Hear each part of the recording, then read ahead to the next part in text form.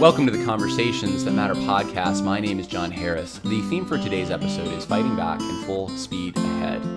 Evangelical elites, especially Southern Baptists in the last few weeks, have employed a new range of tactics in responding to so-called discernment blogs, even people like myself who make videos for my wife's laundry room, responding in part to social justice infiltration and evangelicalism. And the irony of this whole thing is they become more aggressive, but yet they are the ones, in every case, who hold more privilege as far as denominational positions, seminary professorships, all the bells and whistles that come with being part of these institutions. They get the paycheck that comes along with it, and yet they're very adamant right now about stomping out any kind of resistance against the social justice movement that they are involved in and employing and introducing to these institutions. So I think we can have a good laugh about that in a way, but it's also sad because it's so contradictory. And I think it's important for us to know how to identify and respond to the new tactics that are being used. And look, this is a food fight, and these tactics will continue to be used, and the heat will really be turned up. I think things are going to get ugly before the Southern Baptist Convention this year. So let's just be mindful, and let's do it with a cheerful disposition. We know Christ is our Lord, and I need to remind myself of this because it can get discouraging out there sometimes. But Jesus is King, and we are fighting for timeless values, the sufficiency of Scripture, the DNA of repentance, all the doctrines that the social justice religion, because that's what it is, challenge. We are standing in opposition to that movement in favor of something. We are positive. We are in favor of biblical Christianity, and as it's been orthodox for the past 2,000 years. So that's what we want to do. And so I'm looking forward to showing you some of these examples that I'm speaking about and getting into the nitty-gritty. Also, I'm going to be examining Russell Moore's latest article, and I actually made up an acronym for how to man of straw, obvious target, or be evil, rule to apply, errors in interpretation. There's your sneak peek at what we're going to be talking about later.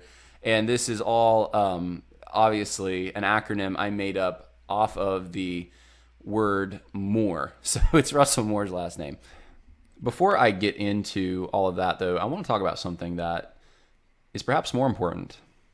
Today marks, I believe it's the 47th anniversary of Roe v. Wade. Roe v. Wade took place in 1973, and since then, over 60 million babies have been murdered legally in the United States. And some of you have a heavy heart like I do. You could cry just hearing that. You've done everything you know to do. You've written letters. You've gone to your local town and tried to make it a sanctuary city for the unborn. You don't know what to do because you've done it all, and it's still legal. And we don't have an excuse at this point. Not only for Christians do we have biblical revelation that has told us since it's been written that those in the womb are in fact human beings. I think of David saying, "Lord, you knew me when you knit me together in my mother's womb." I think of John the Baptist jumping for joy when he's in close proximity to Jesus in his mother's womb. But we have scientific evidence now. We know what a zygote is. We have a technology to show women through ultrasound that, hey, this is a human that you have in you. And we're still here. I think some progress is being made. I don't know whether it's all for the right reasons but the point is that this issue is still a hot button issue. And one of the signs of progress actually is the fact that the President of the United States is attending the March for Life today. And that's never happened before. And whatever you think about Donald Trump, the office of the president is sanctifying this event in a way and saying, yeah, we're legitimizing it. Because one of the things I think that took place in years previous, why people like George W. Bush didn't go to the pro-life rallies, is it's always been popular to kind of wink at the pro-life movement and say, I'm pro-life, endorse me, and receive that endorsement. But to actually show up when you need, when it's called for, that'll get you kind of in trouble. So if you can have the pro-life people on your side without being too pro-life, in other words, if you don't go and join with pictures taking, the optics of it, pictures of you with all these hayseed rednecks they're probably bigots and they have this novel idea that children should be able to live.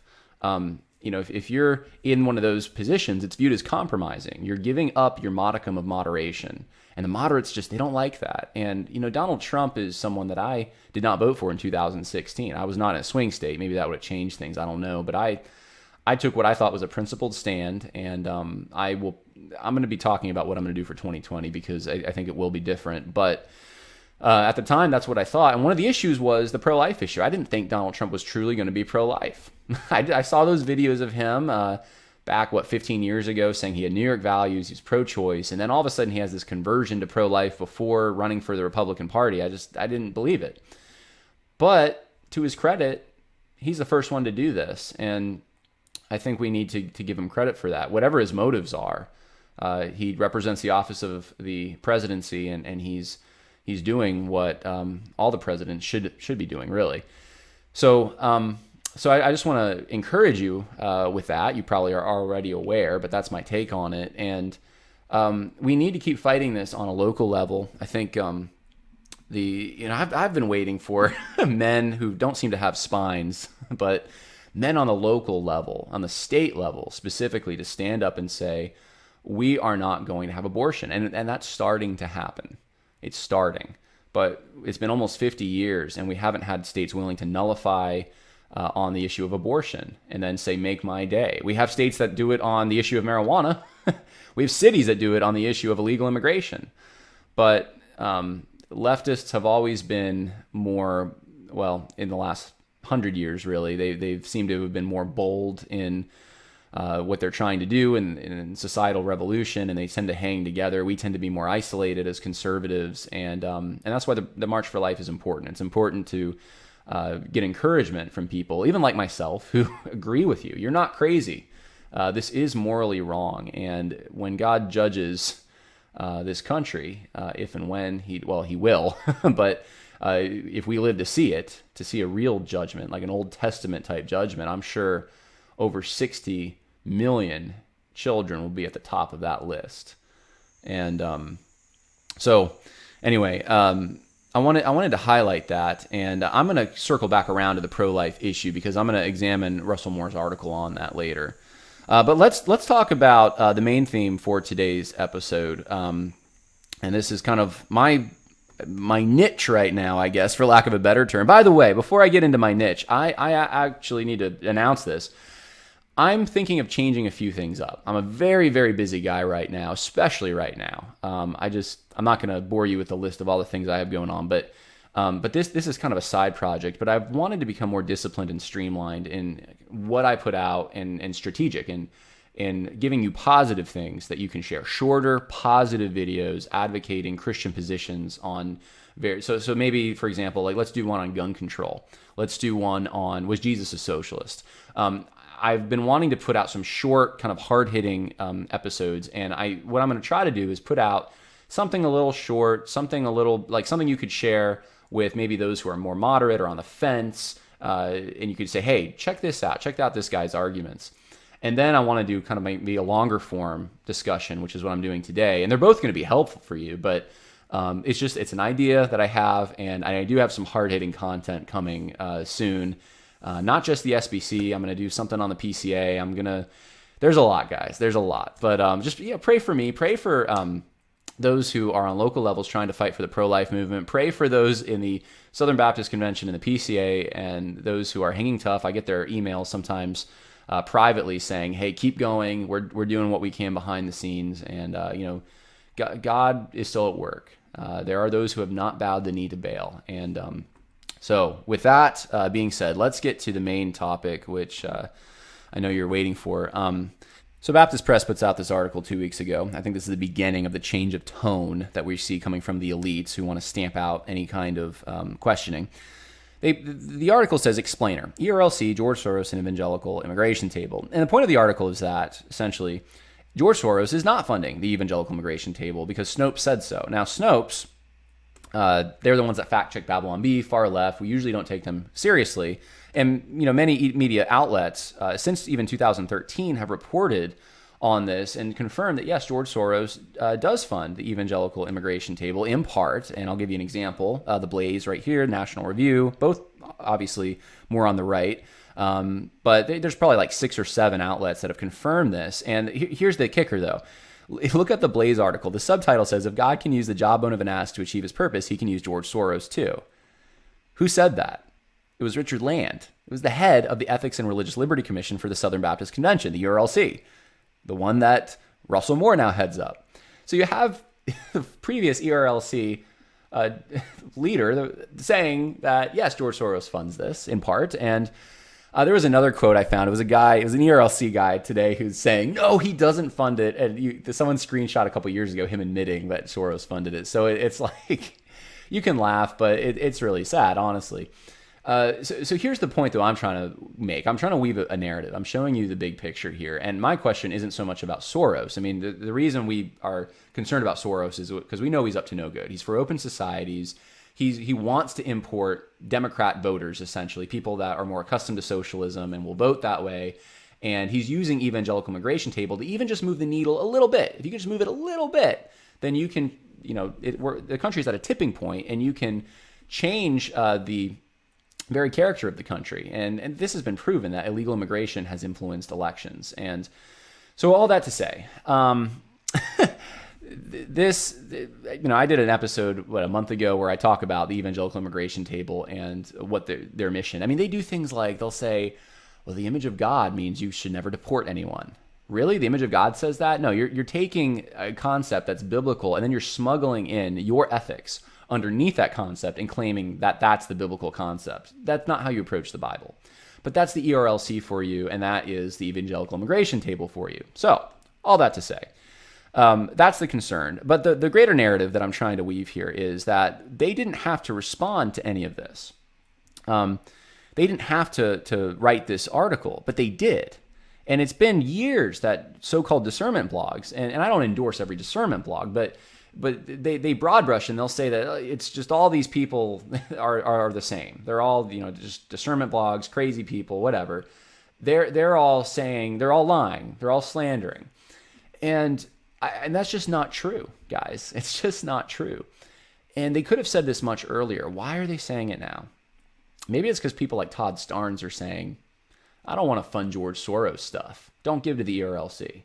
Maybe it's because I saw it this morning. Alex McFarland, pastor of Southern Baptist Church.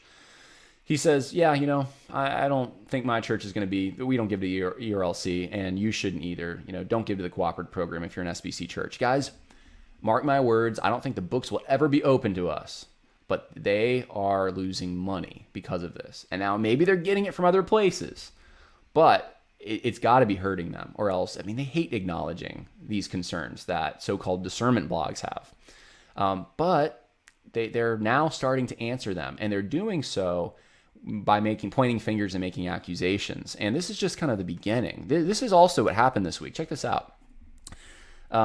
Capstone Report. Actually, this was almost 2 weeks ago now. Capstone Report puts out, did Midwestern Baptist Theological Seminary president lobby state to accept more refugees? And he had a lead, I guess, in the Republican Party in the state of Missouri, who said, yeah, that's what happened. Jason Allen, the president, came of that seminary, and he lobbied the governor. And so Capstone Report puts this out there.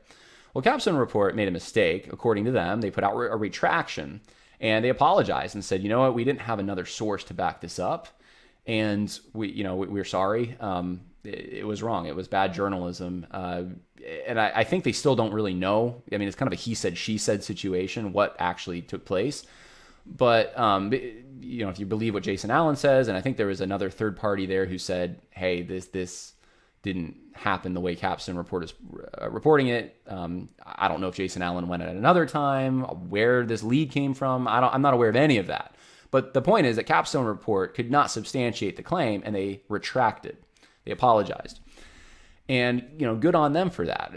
We can wish that they never posted that in the first place, but that they did the right thing at the end of the day. They didn't double down like some ministries are likely to do, double down and try to. They didn't do that. There was a humble approach. Well, after they retracted at Capstone Report, This is January 13th. Jason Allen, Denominational Discourse in the Future of the SBC. I'm not going to read the whole thing. I'm not going to tell you exactly what's in this. You can read it yourself.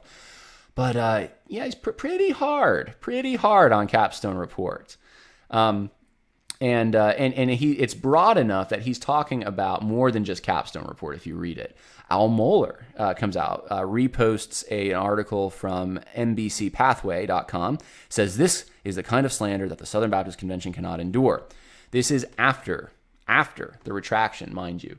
So very fascinating to me because it kills these guys. I know it kills these guys to have to come out and acknowledge their so-called enemies in their minds, at least. And because that's the sort of an elitist mentality is like, these guys are so far beneath us. And Jason Allen talks about this in his article. We don't want to legitimize them by mentioning their name, which is why he doesn't mention the name Capstone Report. But it's hurting them, so they have to respond somehow. And it's very hard. It's a tussle for them to figure out what to do. They'd rather ignore, but they're getting to the point they can't. And so it's going to get a little more vicious, I think, moving forward. And just if you're keeping score, by the way, and I'm going to do an episode on Al Mohler at some point soon, but if you notice, Al Mohler is almost like a knee-jerk reaction when any of the institutions are attacked. He'll circle the wagons around Matt Hall, around Adam Greenway, around Jason Allen, around Danny Aiken. But his friends, John MacArthur, Tom Askell, James White, when they're attacked, nothing, silence. That's interesting. And look, whatever you think about Al Mohler, you need to come up with a paradigm that makes sense of that. So, moving on, though, let's keep talking about what's going on in the SBC. Here's me. I talked about this last week, so I'm not going to spend a lot of time, but I didn't show you these tweets. So I put out this montage on what's happening at Southeastern Baptist Theological Seminary. Well, Danny Aiken comes out right afterward, same day that Jason Allen posted his article. I so appreciate my brother and friend, Walter Strickland. He's a wonderful gift to the SCBTS and our Convention of Churches. Read this article and be blessed. Malcolm Yarnell from Midwestern. Or no, he's from Southwestern Baptist Theological Seminary, where Robert Oscar Lopez got fired from. He says, "We need each other. This is the best theology video I have seen in a good while. Walter Strickland of Southeastern demonstrates why Christians must find their unity in Christ, which means a multi-ethnic unity," and that was also on January 13th. And the point is that they're circling the wagons. They're really trying hard to defend. And Walter Strickland was not the only one in that montage, but he has been the flashpoint for liberation theology being taught in the SBC. So they want to defend him. And what's more interesting is the character assassination. I talked about that last time. People trying to switch the conversation to, well, what about John? What are John's motives? Maybe, like, he's a white supremacist, which is absolutely ridiculous. I proved that in the last video I did, or 2 videos ago last week. But that's pretty vicious, guys. And there were some bigger evangelicals getting into that mix a bit. I got a private email, and I'm not going to say who it is or exactly, I'm not going to quote from it at this point or give you the exact nature of it, but someone who was in that montage is very upset at me. I think I'm being very deceitful. And we've gone back and forth. And, it's interesting. It was kind of like in the first email, I was basically given till Friday. It almost sounded like there was an insinuation that, until Friday, which is today, you have to retract and apologize. And all I did was play a clip from them, in this montage. I didn't really even comment on it. And what's interesting, I'm not going to tell you all there's some really ridiculous things in the email, in my opinion. But the main point is there was an elitist attitude coming from the gentleman who sent it to me. He's a doctor. I clearly didn't do my homework. I don't know what I'm talking about. And this man, though, so far has refused to just answer very basic questions about the quotations that were included in that montage. And this is, I think, how we need to proceed. We need to be very respectful. And I want to be, I don't know the guy very well. I just know what he said at Southeastern, and it wasn't good. I won't say what it is because then you'll identify who it is at this point, and I'm going to kind of keep that under wraps, but for now. But, if you just stick to the facts, if you just stick to, this is what you said, do you still believe that? Do you endorse what you said? What kind of teaching have you put out there that clarifies what you say? If you just stick to the facts and you're respectful about it, these guys get angry, man. And because it frustrates them, it calls them out, and it shows the utter, the futility of their efforts to object to the material that's been exposed. So that's two pointers I just want to give you is, keep a humble attitude and just stick to the facts when you can. But anyway, so that was my little scuffle. And then you have, this is a guy named Josh Summer, January 21st. Now this article was picked up by Sovereign Nations, and I reposted it as well. Critical Theory right under Al Mohler's nose at SBTS by Josh Summer. You can go read that article if you want. I will put it in the info section if I remember to do that for this video. Well, it was an interview that Herschel York, who teaches at Southern Baptist Theological Seminary, where Al Mohler is president, had put out there. And York sits down with Trillia Newbell, I think I'm pronouncing her name correctly, and it's this interview that's filmed, and he asks her, she says, tell me, how can churches have been historically and traditionally white, Anglo, be open to reaching different ethnicities and giving us some advice? Give us some advice. And Newbell responds, yeah, well, do we have a few days to have this podcast? I think the first thing is repent. If you're struggling to reach your neighbor, why? What is it that's holding you back? Which a lot of people just don't realize that they're struggling. Maybe they're struggling with the sin of partiality, and there's more in this. But the implication is that, like, if you don't have a diverse congregation, you just need to repent. And so Josh Summer does, I think, a very balanced analysis of this, and shows how the whole decentering of whiteness concept and critical theory plays into this. And so he actually tags the professor, Herschel York. Hey, this is what I wrote. You care to respond, basically. And this is what Herschel York writes. And I'm not going to read the whole thing, but he says, he starts off, Josh, I do not know you. I am not going to get into a back and forth. By tagging me, you obviously want me to see what you think, so I'll respond. And then he goes on. It's a wall of words. And he's talking about basically how great the congregation is that he's part of in Kentucky. We are in the top 2% in giving to missions. We're just the greatest place ever. His church is so great. And this has been recklessly misinterpreted. He doesn't specifically show why it's been interpreted. Again, you need to listen to the hundreds of hours of my sermons and teachings that can easily be found on the internet to understand this half an hour video. Just rips them apart. Personally, I hope you remain teachable, whether you accept my words or not. I mean, look, this is the kind of attitude that I got from the professor who contacted me regarding the Monte. It was the same thing. It's like, you need to read all my books. It's like, I don't have time to do that. Just tell me what you meant by these words. And that's what they don't want to do. And then Josh wanted to go back and forth more.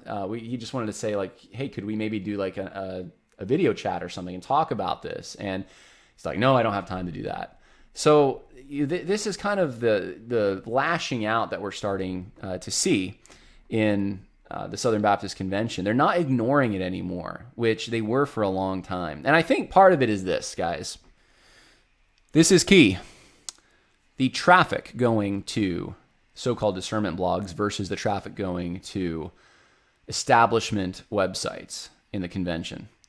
And a gentleman named Peter Lumpkins put this together, which I'm thankful for the information. For some reason, I was thinking Peter Lumpkins. I feel like I've heard that name on like a James White dividing line, like Radio Free Geneva show or something. I tend to be more on the Reform side of that question. If my memory serves me, I think Peter Lumpkins is on more of an Arminian side. But here's the thing: we're both, looks like at least, concerned about the social justice infiltration. And he put out a great article with information on it.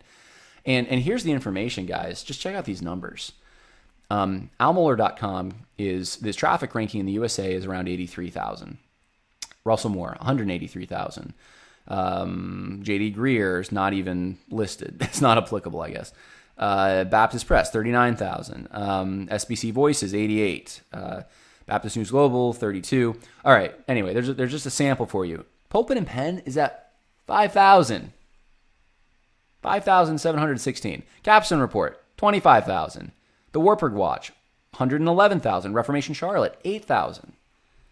Guys, like, be encouraged by this. Look, it's not like I'm endorsing every single article on all these websites or anything. But here's what I'm saying, though. These are more populist, kind of like they're watchdog websites saying, we're paying attention to what's going on in Big Eva, and come to our website and we'll show you. And there's a lot more people going to those websites. That's got to bother them. It has got to bother them. And this is the encouraging part, is there's a lot of people that are just as concerned as you guys. All right? The folks who watch this and listen to what I have to say, you are in the majority if what I just showed you is true. Those who are concerned about social justice infiltration, there are more of them. And so don't pay attention to the Twitter mob, all right? Don't view that as your barometer for whether people truly care about this or not. It can get discouraging. And I'll tell you, even this week, I was struggling a little with some discouragement. I'm like, man, where are the men? Where are the people that are going to stand up? Why am I doing this? And I just started thinking, like, praise God. When I saw this, I'm like, not only, I mean, the Lord, he's enough. He should be, right? But look, there are many who are probably blue collar workers, working class people, and they haven't bowed the knee. And so anyway, there you go. There's some encouragement for you. Now, what I'm really waiting for them to react to is this. Eric Metaxas did an interview with Bobby Lopez. Bobby Lopez was the professor that got fired from Southwestern for not towing the ERLC's line on homosexuality being an innate orientation and conversion therapy being bad. Bobby Lopez said no, shared his testimony. He was converted from homosexuality to Christianity, but also to heterosexuality. He's got kids. He's got a wife, and so he got in trouble, got fired. Eric Metaxas has a big platform and had him on yesterday. So I'll try to remember to put that in the info section. Go ahead and share that, guys. That this is a big deal, and I'd be really curious to see what the reaction is going to be on this. But as promised, we need to talk a little bit about Russell Moore. And remember this. I'm going to just explain this to you real quick. So I came up with a simple acronym for Moore. Just like, how do you examine Russell Moore? He uses all these weasel words. He's so vague. He can say a lot without really saying anything, but he means something. He does a lot of like shadow boxing, like very against ideas that hardly anyone holds. And so I thought, what are some good rules of thumb to keep in mind when approaching Russell Moore? Well, here's one. The man of straw. So the acronym is Moore. So M is the first letter. Man of straw. Man of straw. Look for straw men in Russell Moore articles and podcasts, whatever he puts out there. Because Russell Moore is really good at saying, for example, if we're talking about racism, he'll say, he'll talk about someone who is the most horrible bigot ever. Someone who just thinks that, like, people that come from Mexico must be the scum of the earth. I think he even used that line in the article we're about to examine. But they're just scum. And, he's like, that's not a Christian position. Well, think to yourself, who did you hear last who said Hispanics are scum?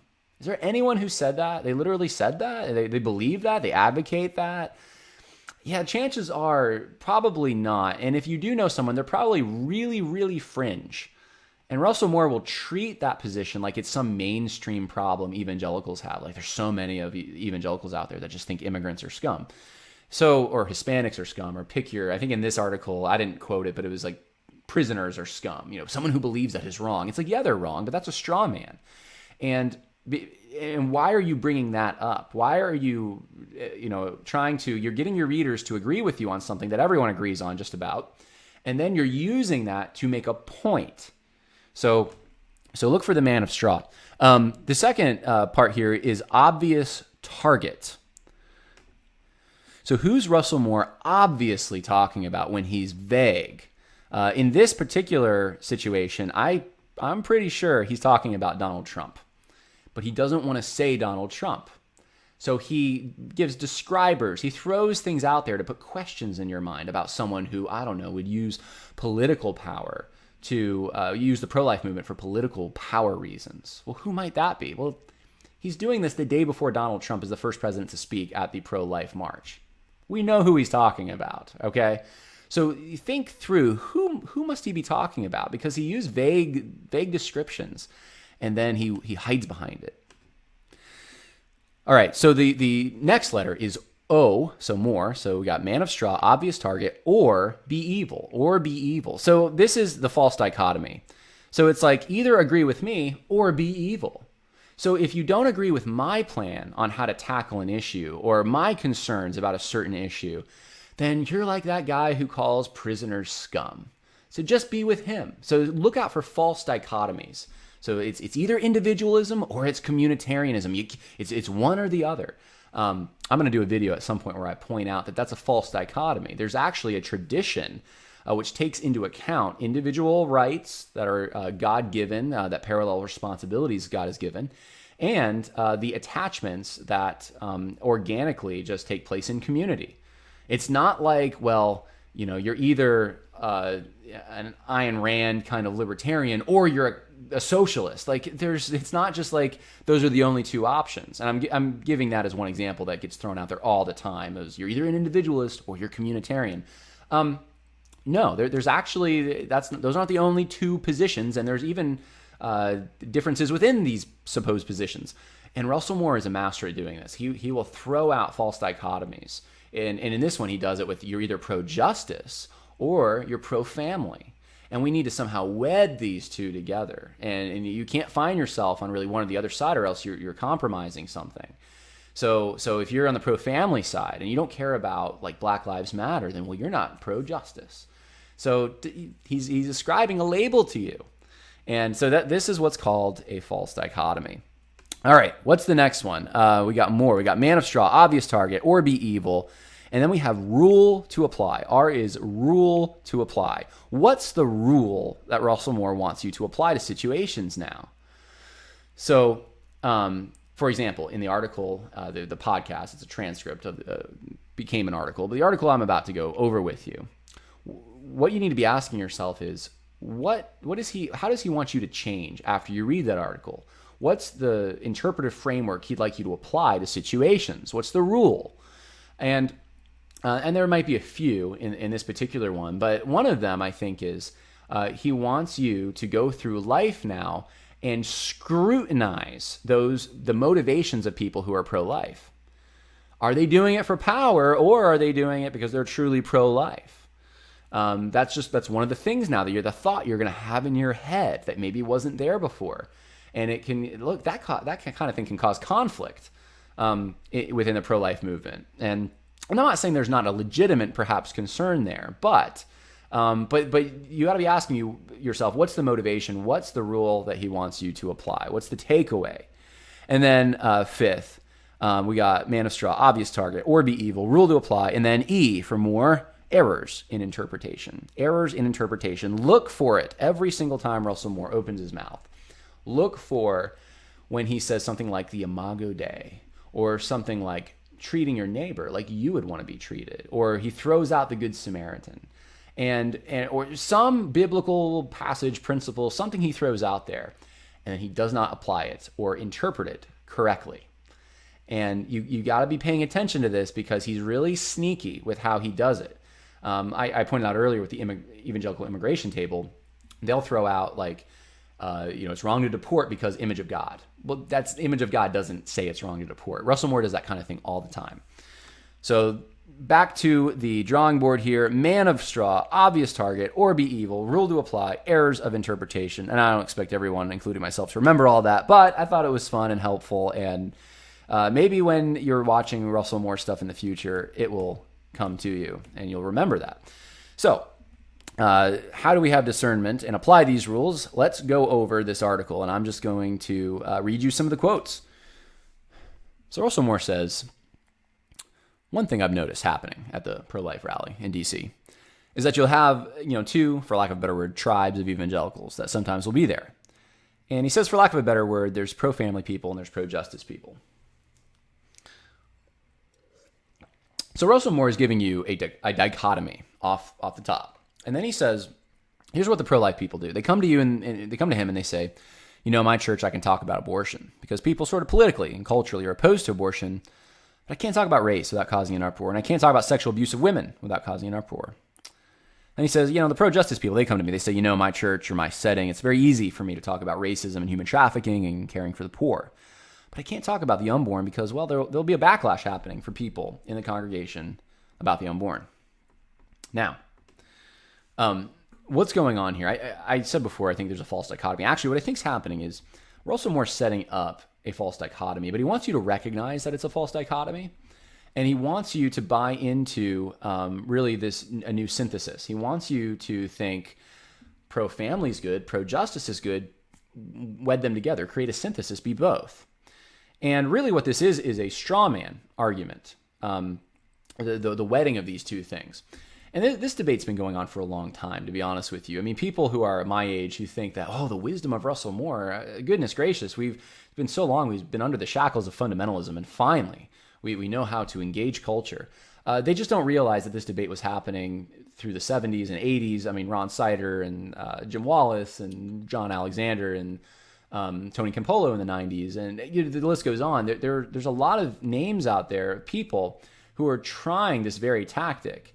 Why can't we be pro-life, so like anti-abortion, but at the same time be pro-women and increase women's healthcare and be pro-nuclear disarmament, because that's a pro-life issue. And they just like smuggle in like every kind of leftist concern and platform into this pro-life cause. And what they do is they take quality of life issues and they put them on the same platform, the same moral high ground as a life issue, an actual life issue. And there's no comparison there. I mean, the Bible is very clear about the image of God being violated. If you shed man's blood, by man your blood shall be shed. Murder is wrong. Government does not bear the sword in vain. Like there's a clear pattern in Scripture of calling this evil and murder. And it's an unjust killing of someone, right? Taking someone's life, direct violation. And if you want to say euthanasia issues are in there, yeah, they are, because that's murder, right? It's in that category. But how would you feel if someone, let's use this example. What if someone came, 1943, and someone said, well, you got your pro-Nazi side, and then you got your pro-Jew side. And, the Nazis had a green movement. Hitler was into animal rights. Those are also life issues. And, the Dietrich Bonhoeffers, they come to me. They tell me, man, I can't talk about the whole pro-life, I can't talk about the pro-vegetarian and animal rights in my congregation because, they're just so concerned about the Jews.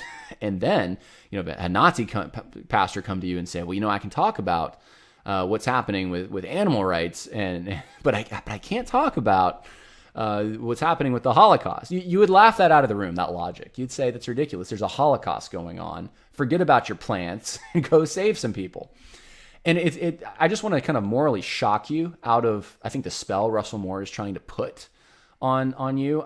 Remember, there's over 60 million dead people legally killed.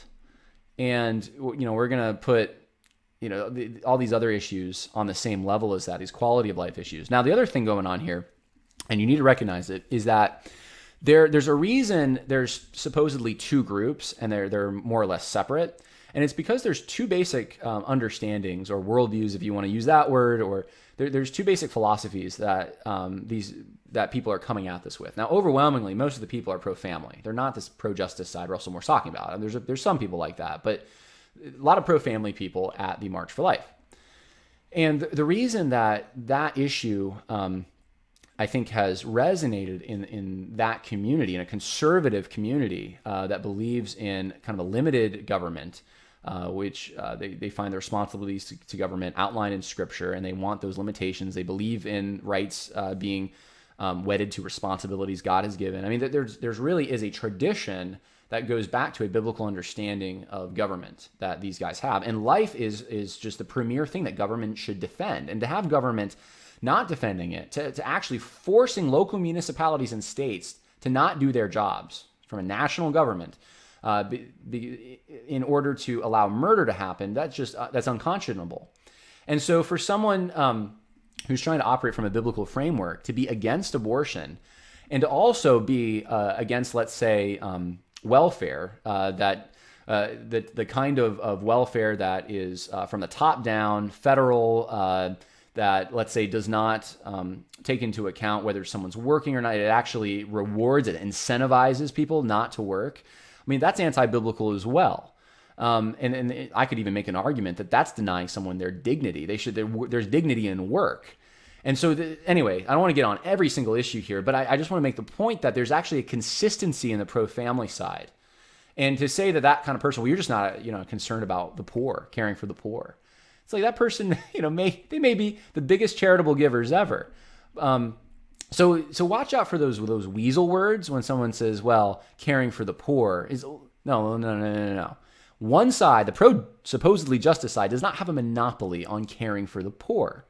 The pro-family side, actually, in general, from what I've observed, they have another way to care for the poor. It's called being in localized communities, especially families, and it's called working and supporting a safety net for those who, for special situations, but it's on a local level. It's more vetted. It's more those safety nets should have some kind of a work attached to them, or an understanding that this person is looking for employment, so their work is to look for employment.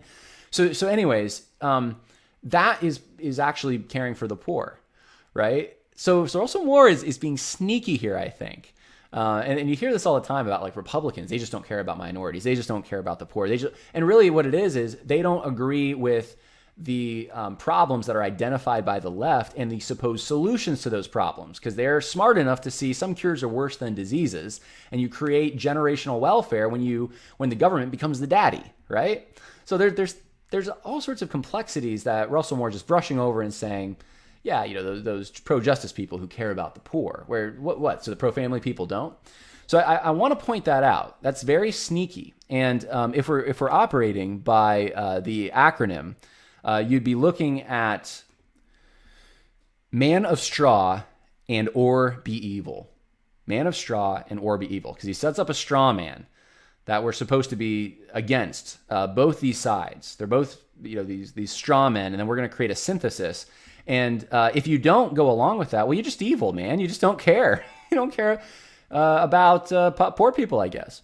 All right. So then he says, in the pro-life movement, we're constantly asking ourselves, who are the people that we don't want to think about?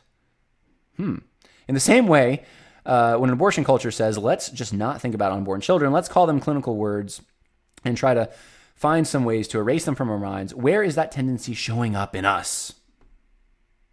This is where Russell Moore thinks he's being prophetic. I'm going to speak truth to the church. And he's using us to kind of like soften the blow. So I'm involved in this too, like us evangelicals. Really, it's us on the pro-family side. Where's that tendency in us? We remember the babies, but do we forget about A, B, or C? So let's keep reading here. Let's see what he means by what kinds of groups he may be thinking about. He says, you believe that the unborn child bears the image of God, and rightly so. And you want to protect the life of that unborn child, and rightly so. Therefore, care about people in your neighborhoods who are racially different than you. And that maybe the people around you would say, they don't matter. Don't care about them. Now, which one are we looking for here?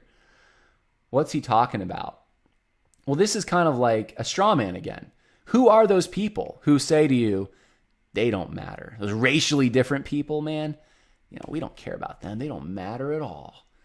Like, who are those? I mean, is his name Bob? Does he live out in Oklahoma? Like, where is this person? Like, and this is, I think, what confuses a lot of people when they read this. They're like, who's he shadowboxing? Well, he's trying to get you to agree on something with him on something you already know innately. That kind of attitude is wrong, right? But he wants you to stand against it. But is it really that? I mean, we're talking about over 60 million babies, and then he's saying, yeah, there's these people going around saying, racially different people, they just don't matter, don't care about them.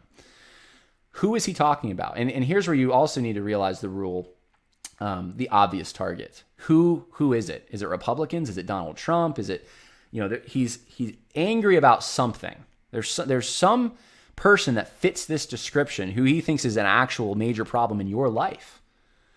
There's enough of them around there that you hear this. It's not Bob out in Oklahoma. It's a force of some kind. And I'd like to suggest to you, it's got to be people who don't go along with maybe quotas and affirmative action, and maybe they think those monuments should stay up, and pick your issue. But that's who he's talking about. All right, so there's a reason. And how do I know that, by the way? I should probably reiterate this. Just how do I know that? I know that because he's treating them like they're a big force that somehow is influencing things on the pro-family side. And yet, you and I probably can't hardly think of anyone who fits this bill, who would say something like that, who has influence. That's why I know that. All right, there's a reason why most evangelical Protestants were nowhere to be found at Roe v. Wade, with some notable exceptions, and why there was often on the other side, the pro-abortion side of the equation. Well, why?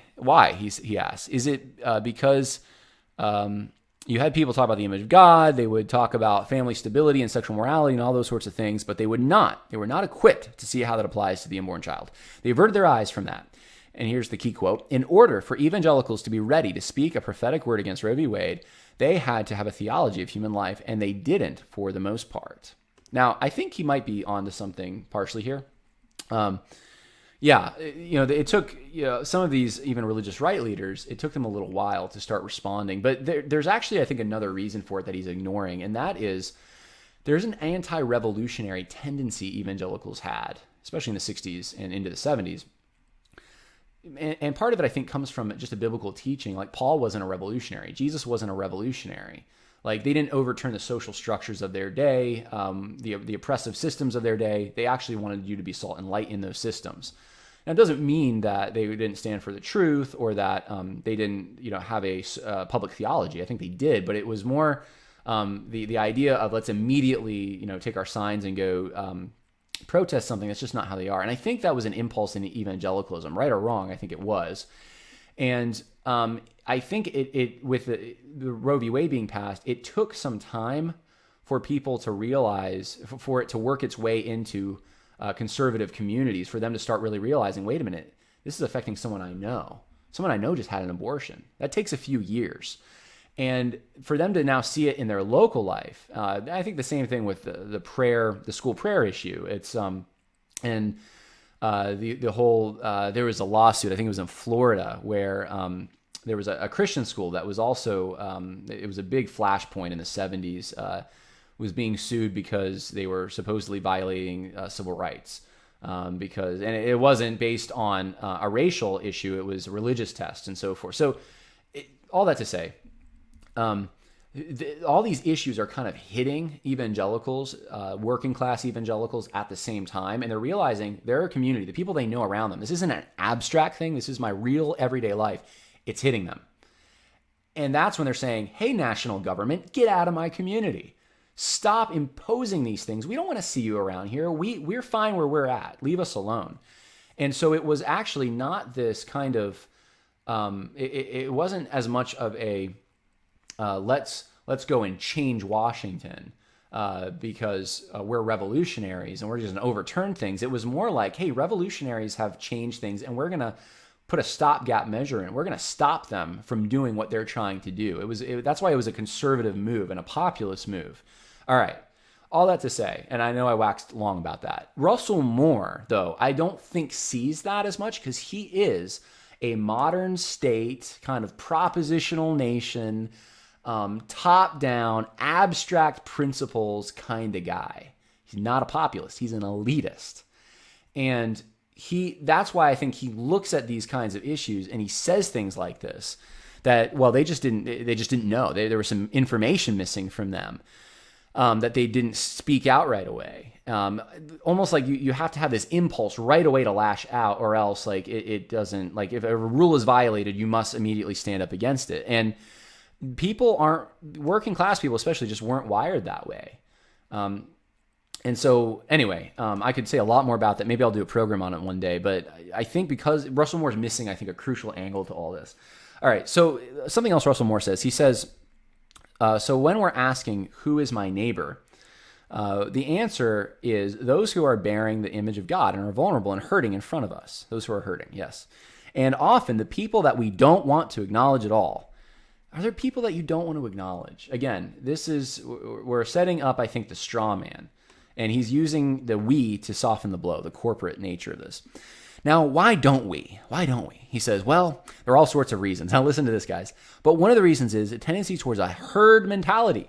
In John 12, John tells us about how about people who, hearing Jesus teach, they didn't commit themselves to Jesus because they were afraid that they would be put out of the synagogue, that they would lose their place in the tribe. And the reason for that, John says, is that because they love the glory that comes from man more than the glory that comes from God. There's a fallen human tendency to say, what is my herd and what is my tribe? And so let me just adapt myself completely to that herd and to that tribe. Who's he talking about? This is where we have to apply the rule, obvious target. Who's he talking about? People who just want power. He's talking about, I think, people. Well, it's the herd mentality. It's people that they're just going to stick to the people that are like them. He's talking to the pro-family side. He's saying there's some bad motivations. He's putting the thought in their mind, in your mind, that maybe you have a bad motivation. Maybe you're not thinking about the person who's hurting because you just want to stick with your herd. Or maybe it's because we're not abstract thinkers who just are constantly are mulling over in our heads, well, who's not being treated equally somewhere and what can I do about it? Maybe most people have families they're providing for. They're working every day. They're doing their best to give to their church. And if someone comes across their path who God has ordained through his providence for them to minister to, they'll minister to them.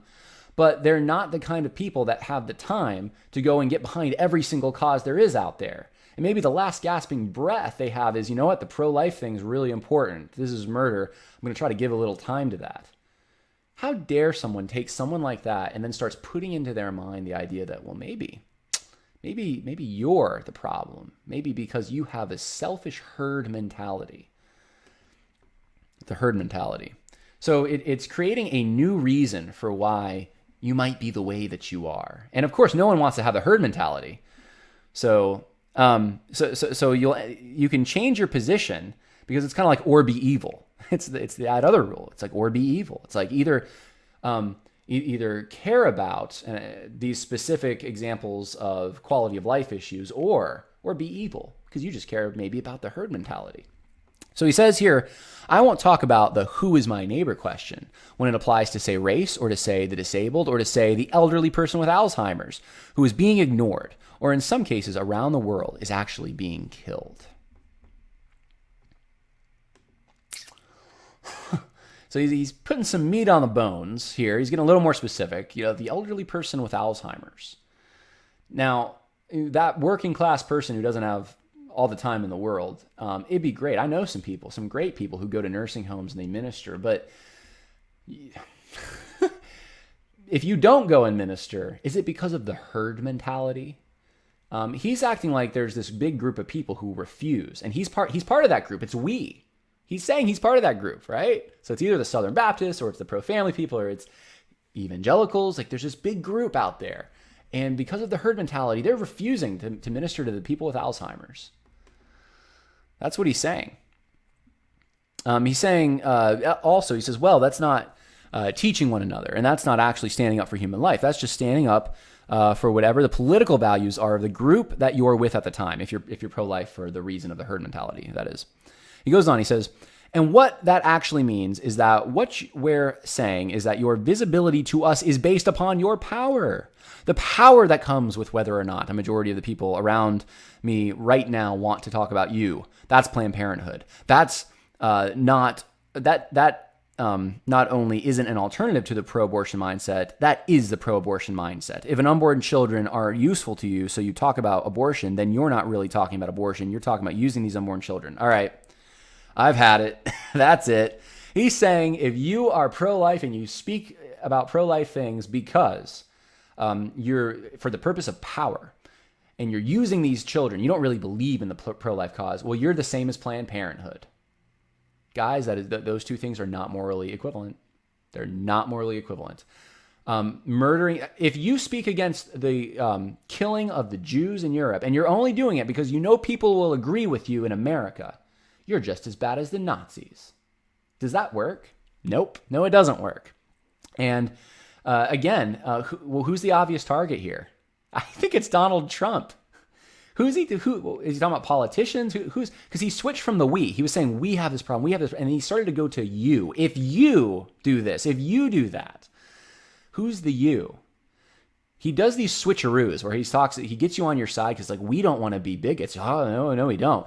And then he switches it to if you, and you start, and that's when you start after you've kind of started to drink the medicine. You're now it's going down, and you start thinking, yeah, it's an us them thing. It starts with us, and then he starts making the switch to them, so the you is part of that separation, I think. But I think the obvious target he's talking about, the day before Trump is the first president to speak at the pro-life rally, who do you think it is? Who do you think he's talking about using the pro-life position and speaking about it with wrong motives? All right, we're almost done here. When we say every human being bears the image of God, every human being bears dignity, our children are watching and saying, okay, does that appear to the stripper who's being trafficked down the street? If she shows up in your church, do you see her? Does that apply to the guy who has AIDS and wants to hear the gospel? Does that apply to the child with cognitive disabilities who is yelling in the middle of the worship service? Or are you going to say, those people are not useful to me? Those people disrupt what it is that we want to do. I mean, a child yelling could disrupt the service. I'm just saying. Therefore, we're going to ignore them and move them to the side.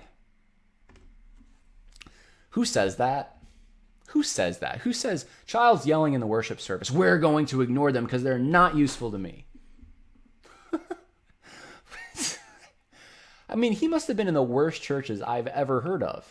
I've been in, I don't know how many churches have I been a member of. I've moved around a lot, so I've never heard anything remotely close to that ever. Of course, you're going to move someone to the side if they're disrupting a service, but you're going to tackle that afterward, hopefully with the elders, right? Like, I've seen this happen, and I've seen the way it's handled, and that's usually how it's handled. But it's the shadow boxing thing. It's the straw man being set up once again, and trying to flatlining sin. Abortion's here. Well, so is someone getting up and disrupting the service, I guess. It's kind of disgusting, to be honest with you. The more, yeah. So let's go over, let's see, we got two more quotes here. He says, to care about human life doesn't mean that we're necessarily going to agree on what healthcare system model ought to look like. But it does mean that we agree that sick people matter. Okay, but you're saying, so who are the people that are saying that sick people don't matter then? Right? Because doesn't everyone say everyone gets sick. Everyone thinks sick people matter at some point. It doesn't mean that we're necessarily going to agree on what sorts of affirmative action programs we ought to have in our colleges and universities. But it has to mean that we understand and know that Black lives matter, Black people matter. Now, look, guys, that sentence is really disturbing, and here's why. He says, he doesn't say whether affirmative action is legitimate or not, right? He's not saying, like, some people don't think affirmative action is good for the communities that it's supposed to serve, because it's not. What he actually says instead is what sorts of affirmative action programs we ought to have. He's assuming from the get-go that affirmative action is necessary, that we should have that. It's just what sorts of programs. See, he's giving himself away here in what he believes. Using the phrase Black Lives Matter, he knows that that's a weasel word. He knows that there is an organization called Black Lives Matter, and that everyone associates the term with that organization that is also pro-LGBTQ+. It has also promoted violence. Also has tons of other problems with it that are anti-Christian, and he knows by bringing up that word that that's what he's evoking. It's strategic. But we should all of course Black people matter, obviously, but to use the phrase the way he's using it, it's sneaky. It's we should all be in favor of that organization somehow, and those who use that word on a daily basis. Is that what he's saying? We don't know. He says it doesn't necessarily mean that we agree on how many immigrants ought to come into the country every year, but it has to mean that the lives of immigrants and strangers and sojourners matter to God and ought to matter to us. Is there anyone who says that immigrants don't matter to them? And those lives don't matter to me. Someone out there who's saying Black lives don't matter to me at all. No, it's usually people who say, I disagree with that organization. I think all lives matter, including Black lives. And I don't agree with the narrowing it down to this one issue to then try to use it as a wedge by which to attack police officers and say that they don't care about it. Ay, ay, ay. All right. Let's get to the end of this. So we can't be the people who say these people are parasites. Oh my gosh. There it is. Who is he talking about? Who is the straw man who's out there, this evil person? He's saying it's us. It's we. We are saying, guys, the only way that this logic makes sense is you don't give in to the Democratic Party solutions to these supposed problems. That's the only way that this makes any sense. Russell Moore is showing his true colors in this article. I hope you see it. So we can't be the people that say that these people are parasites. We have to say these are the people created in the image of God. So there's your false dichotomy. There it is. Boom. That's the or be evil. Like it's either they're parasites or image of God, and you got to support. If you don't support affirmative action on some level, they're parasites. You're in that group. I'm sure, Russell Moore may be a nice guy. I don't know. But his logic is just downright evil. If the majority decides who a person is, then that's called pro-abortion, regardless of whether or not you call yourself pro-life or not. So if we're going to combat that, we can't say, well, I'm pro-life or I'm pro-justice. We have to say we're pro-life, we're pro-justice, we're pro-family. There it is, the synthesis. We're pro-vulnerable, we're pro-Jesus. And our question cannot be, well, who then is my neighbor? The pro-life movement can only go forward by saying the life of every person is bound up in the question of who God is, and therefore matters. So there's your takeaway. There is the rule to apply. And you also probably notice errors in interpretation with he just throws out image of God and just, hey, image of God means affirmative action, I guess. The rule to apply is the takeaway is you got to be pro-justice and pro-family. So when you walk away from the article, you think, man, I'm not going to be like those people who they think other people are parasites. I don't want to be that. And he's putting the thought in your mind that you could be that person because he uses we a lot. And then at the end of it, you're convinced at that point, like, I just don't want to be that evil person. I am going to be pro-justice too. I'm going to tack that on. And that means, according to Russell Moore, that means I'm going to support at least some kind of affirmative action. And I'm going to care about immigrants. Well, what does that mean? What does that mean? It's very vague. Now, that it opens the door. Now, if you keep listening to Russell Moore, you're going to find out, evangelical immigration table. I'll take their platform. And so I think this is a purposeful, calculated move right before the March for Life to knock those the majority who are there, who are pro-family. And we got to see it, guys. We got to see it because it is changing the face of evangelicalism. And it will continue to do so, I'm afraid. So to reiterate, to go over, I'll show you one more time. Man of straw, obvious target, or be evil, rule to apply, errors in interpretation. That is how you analyze a Russell Moore article. And that is the end of my slideshow. I have no more material for you today. I do want to play one thing, though, for you, because if you are subscribed to me on Facebook, then you would have seen this. But if you're on YouTube, you would have not have seen this. So I'm going to play a montage that I just threw it together real quick last, I guess it was Monday. It was MLK Junior Day.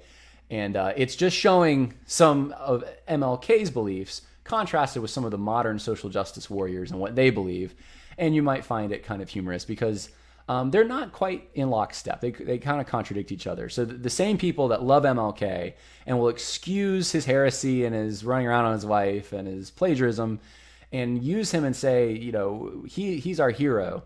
They actually don't believe what MLK taught in every sense from the I Have a Dream speech. And you're going to see that. So I'm going to end with that. Hopefully you enjoy. Stay tuned. Lots more content coming. And last but not least, for Patreon supporters, if you become a Patreon supporter in the month of January and February, I would like to send you a copy of a book by Mark David Hall called Did America Have a Christian Founding? And I did an interview with him on the last podcast. I'd like to send that to you.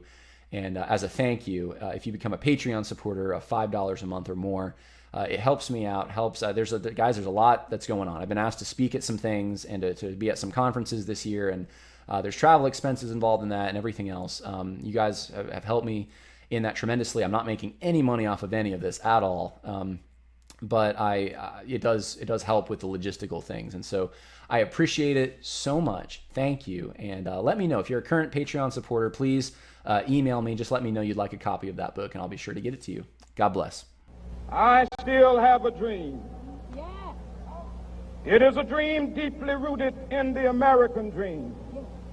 Them red and white bars ain't liberty, nor land of the free, but home to the brave enough to say that they pledge allegiance somewhere else. My country tears of thee. Sweet land of liberty, of thee I sing. Land where my fathers died, land of the pilgrim's pride. From every mountainside, let freedom ring. How is it now that there seems to be a strange convergence between nationalism and Christianity in America?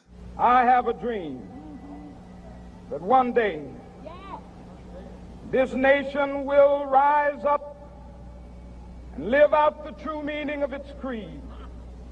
We hold these truths to be self-evident, that all men are created equal. For every one book that you read by an Anglo, I need you to read 2 books by a non-Anglo. I have a dream that one day on the red hills of Georgia, the sons of former slaves and the sons of former slave owners will be able to sit down together at the table of brotherhood. You are sons and daughters of those who murdered Martin Luther King Jr. Fill up then the measure of your slaveholding and segregationist fathers and mothers. You racists, you racial moderates, how are you to escape being sentenced to hell? If you really want to go all the way down and say, I'm only responsible for what I have done and only I have done, there is no gospel. We will be able to transform the jangling discords of our nation into a beautiful symphony of brotherhood. An African American cannot thrive in a white evangelical space. It's just a matter of time before I hit the brick wall. You know, all my assimilation and everything, somebody's still going to call me the N-word somewhere along the line. Right? I have a dream that my 4 little children will one day live in a nation where they will not be judged by the color of their skin, but by the content of their character. I think a lot of white men, especially seminarians, have to die to the idea of being the pastor of a multi-ethnic church. And I once told a white friend of mine that that's the one thing in the United States of America that it probably was a good idea for him not to do. He began to weep and cry because he had never been told that there was something that he can't do in America. One day right there in Alabama, little black boys and black girls will be able to join hands with little white boys and white girls as sisters and brothers. I have a dream today. If you live in the middle of a place that is just overwhelmingly white, there's hardly any people of color where you live at all in your town. This sounds like a harsh thing to say, but you probably should not adopt a non-white kid.